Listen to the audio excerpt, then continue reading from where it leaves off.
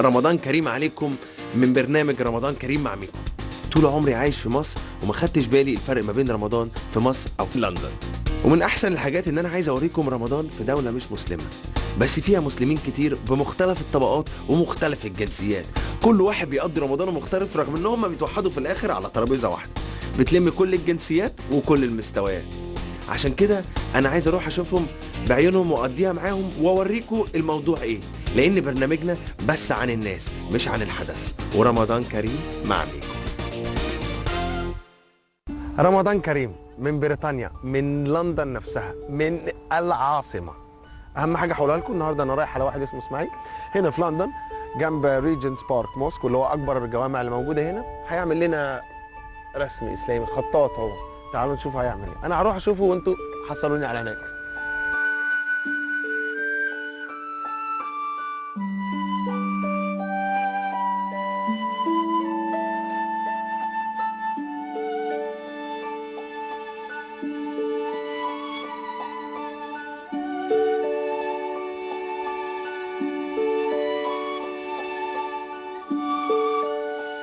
Ismail, Ramadan Kareem, the first thing I've got to say to you. And what's Ramadan to you? Ramadan is a blessed month for all Muslims around the world. For me personally, it's a time where we can reflect on how we spent the whole year. Because we're given a lot of time during the day to have time to our family, where personally me, I'm traveling all the time, I'm never really with my family. So you spend it with family? Yeah, with family. But obviously since I started my calligraphy career, it was more of like spending it with strangers, which are brothers and sisters in Islam. So it's like I was spending it in charity dinners and traveling. But Ramadan to me is a close thing, it's close to the heart. Traveling. So how do you do traveling and fasting? Because Brother, you tell me, man. Because like it's only, they say if you're traveling, you're not allowed to fast. Yeah. But like I think obviously in England I can't. In England you're traveling 2 hours. Yeah. It's okay. You can't consider it traveling. Yeah, it's not really travel. We're not on camels, are we? We're in a coach with AC. For me personally, traveling's not a problem. But it's just, you know, when you get to the city and then they've got all the nice food cooked there and you're just sitting there in the event talking and you're waiting for the food to come. You're like, give me the food.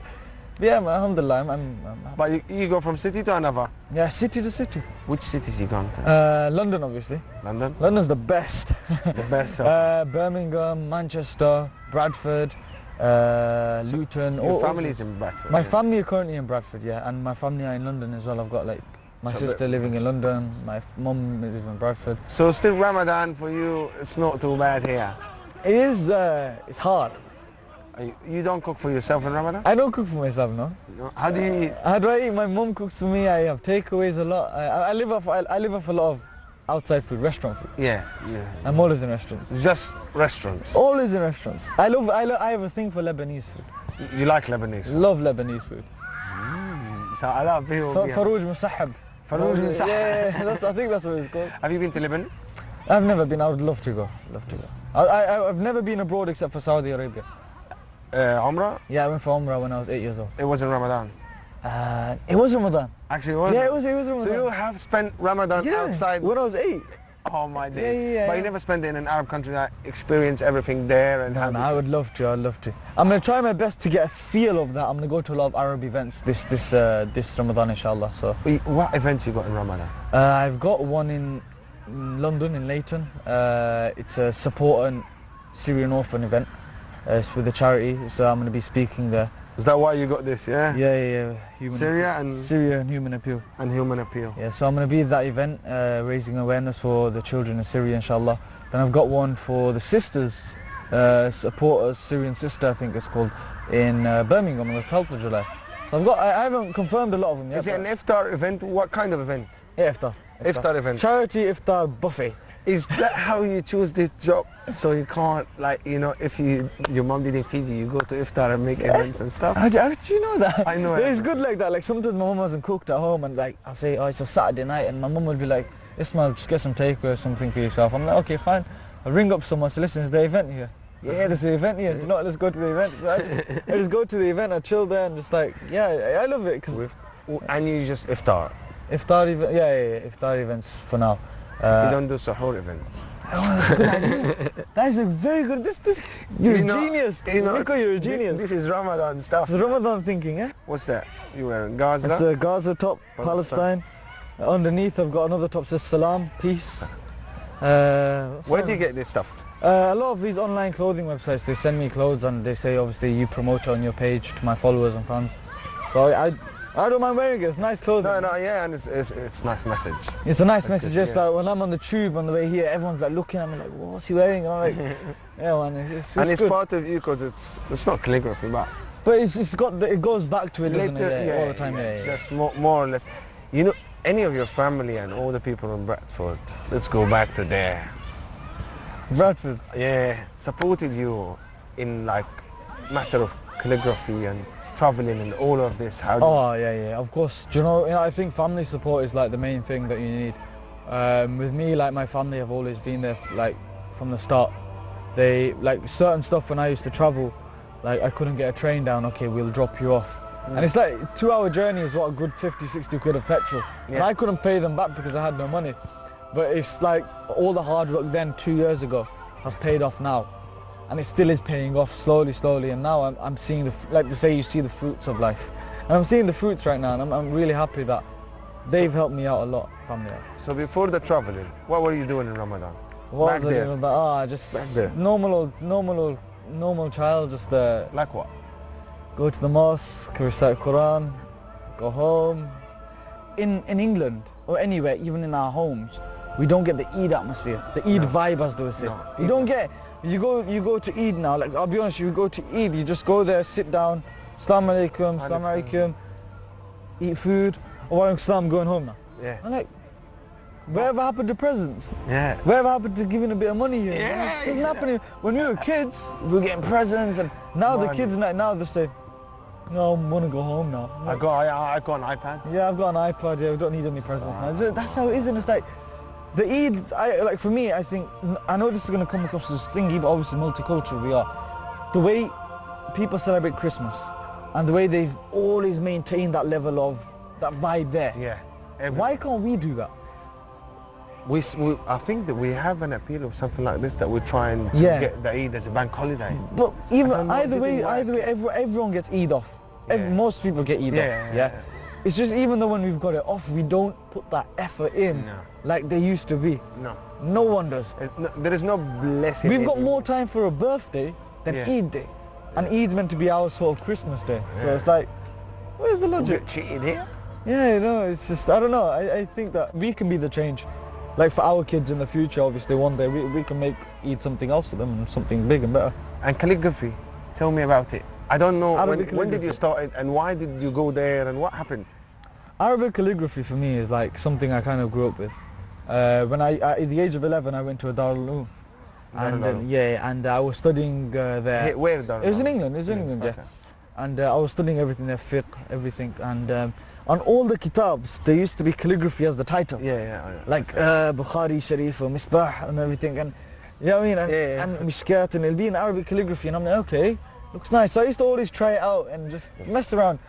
And I remember I used to write my name in my Quran and write my name in my kitabs all the time and just be creative with it. And you didn't speak the language at the time?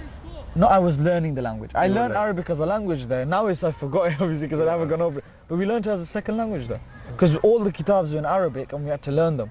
So we had to know Arabic, basic Arabic. And I remember my mate was doing it. You should have spoke to us in Arabic then. لا لا لا لا لا لا لا أخي لا أتكلم. No, it's more of like Arabic language that was kind of according to the rules, nahwa sarf. So it's proper like, it's so, I remember a funny story. My mate, he went to Saudi and he goes that, Akhi, I want to buy some leban. He wanted it for a cereal. So the guy's giving him cream, yogurt. He gave him yogurt instead of milk. So the Arabic we were learning was leban for milk, and it's just really weird. But in Egypt, leban is milk. In Lebanon, for example, it's yogurt. That's it. Even in Syria, like. Okay, I'm gonna walk in the shops here. Can I have yogurt? And they're gonna give me milk. And they should, no. I want yogurt. Give me milk. Yogurt, my friend, please. No, but. So, how did you learn it? My mate, basically, he was doing it, and I seen a piece of his work in my bedroom. And I said to him, do you know what? You have a talent. why don't you make something out of it, make a living out of it? And he was like a bit shy and he's like, no, I don't know.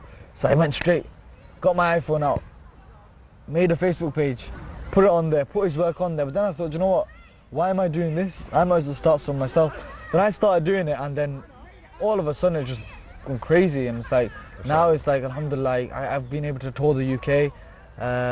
I'm only 19 and I'm like, to do a UK tour at the age of 19 is something really, really, I'm thankful for, man. It's stress, Alhamdulillah. But it's really good, man. I do events every other week. So and you learned by yourself or you went to a place to learn? I learned from him, because he learned from a proper teacher, so I learned from him. Wow. To get it. So it's like a bit, like a big little lineage going on there. So you delegate. Yeah, but like, then I'm going to teach someone else. I actually did, I taught on my tour. That was a teaching tour, so I've taught loads of people already. I've got like, probably like 30 students in each city. Wow. Alhamdulillah, yeah, I didn't look at it like that. No. I'm gonna start in calligraphy. See? So like, oh. I feel old now. So my man, you know there is something called kerning. You know kerning between the letters? Yeah. Do we have this in Arabic letters? Yeah. Do you, I mean, in your, does it bother you somehow in your calligraphy while you're doing it or anything? Yeah, obviously, like the spaces you mean. The spaces, yeah. You have to get them right. Otherwise the font, you'll mess up with the font. Like with certain fonts you can take a lot of space, and with certain fonts you have to do it very close together. Depends, it's like Naqsh or Thuluth, which is mainly in the Quran and the Hadith and everything. That one is normally close together. If you see in the Quran, it's close together. Yeah. Like, you know, the calligraphy on the mosques and everything? Yeah. Whereas you get Khat Diwani, which is more of like just freestyle and it's really spaced out, and yeah, so it doesn't matter, like it just... But how did you learn to keep the right space out? To be honest, It's not really learn, it's just like common sense. Common sense. Yeah, common sense. That's what a lot of me. Yeah. Common sense, man, yeah. I know. So we need to see some common sense on the board Common now. sense on the board, yeah? You know, like, how do you, is it comfortable for you? How are you going to write? Yeah, sit down. When we sit down, we Sit take down. a seat. Sit down, it's Ramadan, man. All the Arabs are watching now. Okay. And I want to tell them just one thing. Okay. And you're going to say it now. This is our message to every Muslim around the world right now. Alhamdulillah. From London boys, huh? From London, Regent's Park.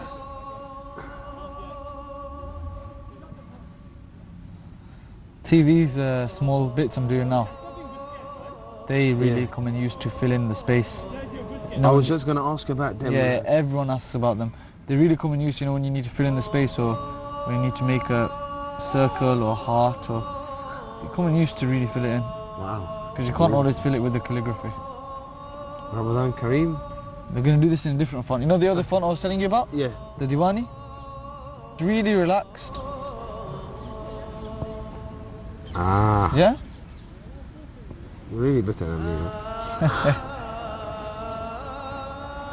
This font is going to be in the standard normal font that you see in the Quran. It's Naqsh or Thuluth, any of the two. Yeah? See, this font is very easy to read. Whereas this one's a bit more harder to read, isn't it?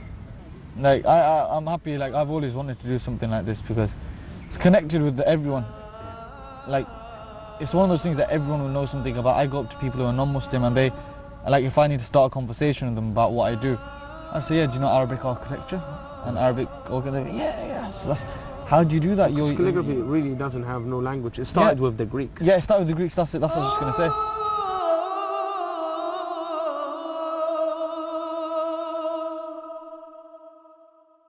جماعة هو ده اللي عملته أنا دلوقتي، لا اللي هو عمله قصدي، وحاجة جميلة جدا ما شاء الله، ونتمنى لكم رمضان كريم لأن الله أكرم. نشوفكم بعدين. رمضان. مع السلامة. Take care, brothers. I'm becoming Arab. رمضان كريم. Let's go.